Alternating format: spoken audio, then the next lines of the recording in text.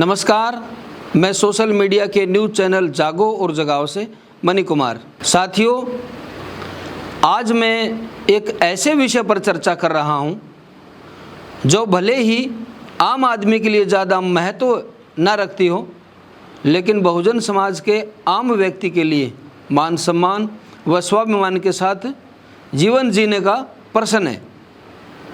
घटना है राजस्थान के पाली जिले की।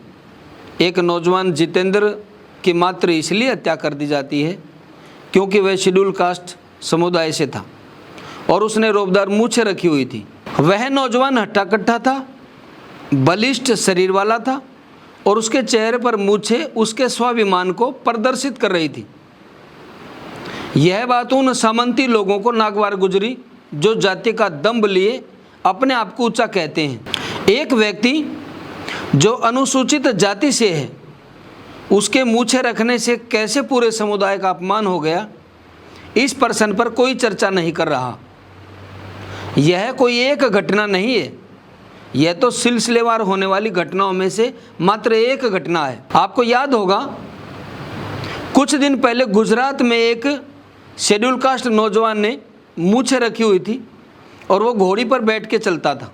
जो लोग अपने आप को जाति में ऊंचा बताते हैं, ये बात उनको नागवार गुजरी और पहले उसकी घोड़ी को गोली मारी और फिर एक गोली उस नौजवान को मार के उसको मौत के घाट उतार दिया। और पिछले दिनों रमन वाल्मीकि की भी इसी तरीके से हत्या हुई थी। एक नहीं, एक के बाद हजारों घटनाएं घट चुकी हैं। हम सिर्फ इन घटनाओं में मारे जाते हैं, फिर हम प्रतिकार करते हैं, हमारा मनोबल गिरता है। हम संगठित होने का प्रयास तो करते हैं, फिर हम भूल जाते हैं क्या हमारी लड़ाई इन मूछों की अभिव्यक्ति में सिमट कर रह गई। सोचने का प्रश्न यह है कि जो सरकार जिसका दायित्व है कि वो व्यक्ति के जीवन की रक्षा करे और वह मूछों तक की रक्षा नहीं कर पाई, कौन तय करेगा कि कौन मूछें रखे कौन ना रखे। ये सरकार का दायित्व बनता है कि ऐसी जातिगत मानसिकता वाले लोगों को कठोर से कठोर सजा दे और भविष्य में ऐसी घटना ना घटे, इस पर कोई कार्य योजना बनानी चाहिए। लेकिन सरकार इसलिए नहीं बनाती क्योंकि यह उसका विषय नहीं है। मरने वाले का और मरने वाले के प्रभाव से किसी सरकार को कोई फर्क नहीं पड़ता, या मरने वाले व्यक्ति के दुख से सरकार चलाने वालों की ताकत पर कोई प्रभाव नहीं पड़ता। और हम सब लोग रस्म अदा के साथ ही इन घटनाओं को भूल जाते हैं। हम कुछ दिन तक झंडे लेकर जिंदाबाद मुर्दाबाद करते हैं। ऐसी घटनाएं फिर से ना दोहराई जाए, क्या सबको बैठकर ऐसी कार्य योजना नहीं बनानी चाहिए?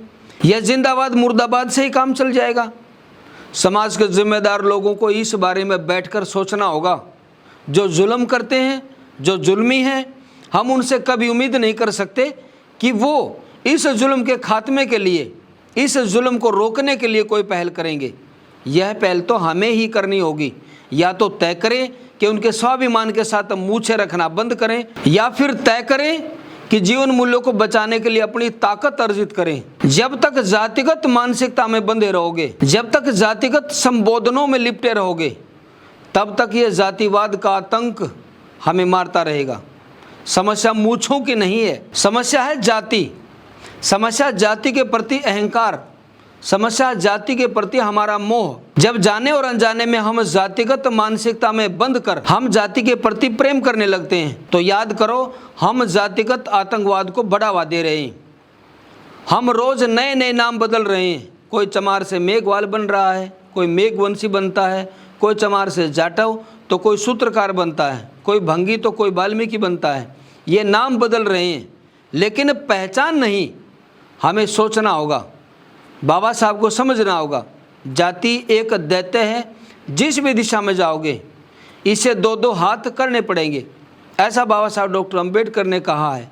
लेकिन जाति से हम प्रेम करने लगे और ये प्रेम हमारी मौत का कारण बन गया। इसलिए मैं कहना चाहता हूँ, ना तो नारे लगाने से, ना प्रदर्शन करने से, ना ज्ञापन देने से, अगर इस अत्याचार से मुक्ति पाना चाहते हो तो जाति का बहिष्कार करो, जाति को समाप्त करो, जाति की मानसिकता से बाहर निकलो। तब वो जो जातिगत मानसिकता के आतंकवादी हैं, जो जातिगत मानसिकता का आतंक पैदा करते हैं, बेनकाब हो जाएंगे और हम जातिगत मानसिकता के प्रभाव से मुक्त हो जाएंगे। हमारी आज़ादी, हमारा स्वाभिमान और जीवन रक्षा का एक ही मूल्य है कि हम जाति व्यवस्था को नकारें, जाति व्यवस्था से बाहर निकलें और जाति की डेंटिंग पेंटिंग करने की आदत से बाहर निकलकर जातियों के नए संबोधन के बुलावे की अपेक्षा हम उसका समाधान एवं उसका खात्मा करके उससे बाहर निकलने की योजना बनाएं। इसका परिणाम यह होगा कि हम छोटे छोटे जाति के समूह में न बंटकर एक विशाल समाज का निर्माण करेंगे। इसका समाधान बाबा साहब डॉक्टर अम्बेडकर तथागत बुद्ध का मार्ग हमें देकर जा चुके हैं। तब इस प्रकार का जातिगत आतंकवाद से मुक्त हो जाएंगे। आज के लिए बस इतना ही। फिर मिलेंगे किसी अन्य जानकारी के साथ। धन्यवाद।